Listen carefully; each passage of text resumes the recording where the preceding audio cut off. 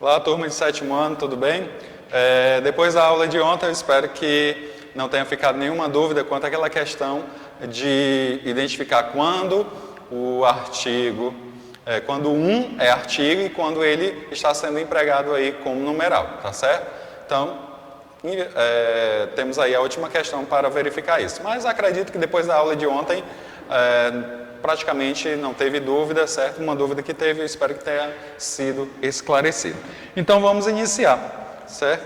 Vamos aí à nossa primeira questão. Na nossa primeira questão pode-se entender que o subtítulo do texto, lembrando aí que nessa questão pedia para fazer a leitura do texto referente a uma enumeração de feitos, certo? Alguns podem até considerar feitos quase que ilógicos, certo? Mas tem gente, como se diz, né? Tem gente para tudo. Então vamos aí à nossa primeira questão. Pode-se entender que o subtítulo do texto refere-se a várias coisas excêntricas ou a bebidas especiais. Gente, o texto ele faz referência a várias coisas excêntricas, tá certo? Então durante toda a leitura você pode ter notado isso. Por quê? Porque são feitos a partir de algumas pessoas que querem expor algum feito especial para promover a si mesmo, ok? Então vamos à segunda questão. Na segunda questão, quem praticou uma esquisitice nos Estados Unidos, mas não era americano? Então você vai encontrar essa informação logo no início do texto, certo? Então, no caso aí, foi o britânico Andy Green, que andou 1.227 quilômetros, certo? Andou a 1.227 quilômetros dentro de um automóvel no deserto de Nevada, em 1997. Se não falha a minha memória, esse local aí ele é muito utilizado, utilizado por alguns projetistas, que eles criam um automóvel e querem saber a que velocidade esse automóvel atinge, tá certo? E esse local é bem propício, até mesmo devido à questão de espaço, não ser habitada, ok? Mas obviamente que quando se faz testes assim, tem todo um esquema de segurança para garantir que nada de ruim venha a acontecer, tá certo? Obviamente que pode até acontecer, mas as equipes estarão aí prontas para entrar em ação quando for necessário, certo? Então vamos à terceira questão. Na terceira questão, qual é a importância dos numerais para o texto instrucional? Justifique. Gente, vamos recapitular um pouquinho aí. Como vocês viram, o texto instrucional ele vai apresentar uma série de orientações, e essa série de orientações ela vem aí enumerada, certo? Até mesmo para indicar uma ordem de como todo o processo deve acontecer, tá certo? E é muito importante para a organização. Então, dependendo do gênero, é muito bem-vindo a utilização dos numerais. Basta lembrar de quê? Basta lembrar de receitas. Basta lembrar também, olha aí, coisa importante, também dos editais, tá certo? Que vai apresentar aí uma série de quesitos que você deve estar, para que você possa estar preenchendo aí o perfil que eles desejam, tá certo? E obviamente o edital que vimos na aula passada, vai estar edital não, no caso constava lá uma lista, certo, de como você deveria proceder no momento da avaliação, principalmente estar atento a algumas informações. Claro, tinha lá no último que não estava colocado lá em um dos quesitos, dizendo aí como deveria preencher. Aliás, tinha como deveria preencher aí o gabarito, lá no ponto 9, tá certo?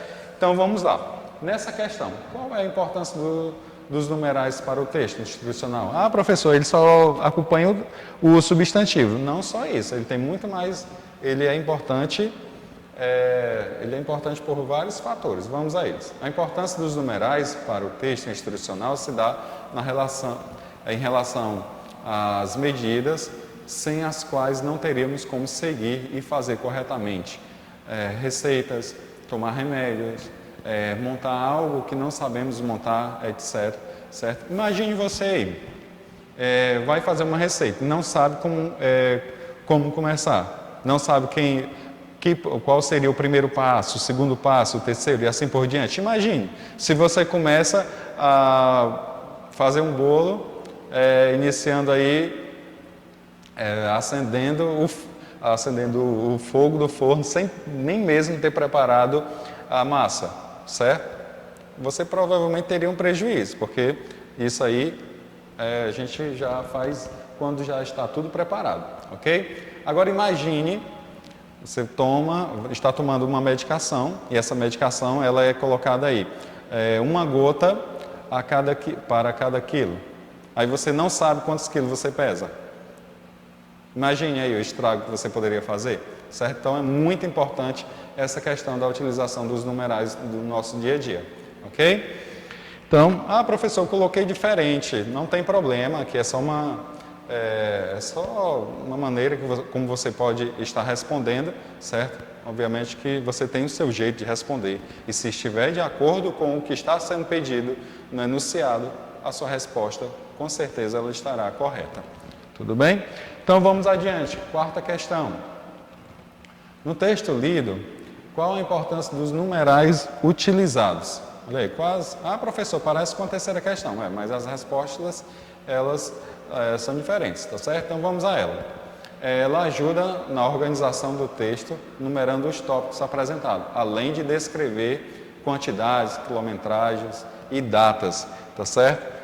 Então, você pode perceber aí como foi colocado, como foi enumerado, quase como se fosse aí colocado como importância, de grande destaque, teve um grande destaque na época, ok? Vamos agora para a nossa última questão. Essa questão aí que a gente debateu um pouco ontem na aula, certo? Então, informe se uma é numeral ou artigo definido na frase, tá certo? Então, como vocês viram na nossa aula, que quando estamos nos referindo a sendo artigo, certo? Se ele for um artigo indefinido, ele pode ser, se ele for um artigo, ele pode ser substituído por outro artigo, certo? Ele pode ser substituído por outro artigo. Então, digamos, se ele puder ser substituído por RO, então quer dizer que esse artigo ele poderá ser um artigo de verdade, certo? Agora, se uma apresentar um oposto, ou seja, duas, certo? Duas é o oposto de uma. Se ele apresentar esse oposto, ele será numeral. Ou se ele estiver depois do substantivo. Quem é o substantivo? No caso aqui, casa, certo? E aqui eu tenho uma qualificação. No caso, eu tenho um adjunto adnominal, certo? Então, nesse caso aqui, vamos notar, certo? Então, procurei uma casa, certo? Procurei uma casa de chá e encontrei uma. Tudo bem? Uma. Então, tire aí a sua conclusão, ok? Obviamente que você não vai trocar por RO. Obviamente, você pode estar trocando aí por RA devido à concordância, tá certo? Então, nesse caso, procurei a casa de chá e encontrei uma, ok? Então, qual foi a sua resposta? Acredito que você tenha classificado desta maneira. É artigo, pois indetermina o substantivo, e uma numeral, pois indica quantidade. Então, vamos lá. Essa é a nossa resposta. Vamos, para o aluno que acabou se enganando, vamos aqui, certo? Será numeral quando o quê? Quando ele tiver seu oposto, certo? Lá tinha o seu oposto? Não tinha oposto, certo? Para ser para que esse termo fosse o oposto desse primeiro, precisaria estar escrito duas. E não foi o caso, certo? Uma e uma. Então, nesse caso aqui, uma pode ser trocado por artigo a? Pode ser trocado por artigo a? Sim, pode, certo? Então, nesse caso aqui, esse uma não é o oposto do primeiro. Ele vai indicar o quê? Ele vai indicar quantidade. Se ele está indicando quantidade, será numeral, certo? E esse aqui, o a, substituiu uma sem causar prejuízo na oração. Se não causou prejuízo na oração, então será artigo, certo? Será artigo. Para esse caso aqui, que artigo ele será? Artigo indefinido. Tá certo? Então, essa é a nossa resposta. Tanto é que foi colocado aqui, ó, tá bom? Uma será artigo indefinido, enquanto uma vai indicar o quê? Ela vai indicar a quantidade. Ok?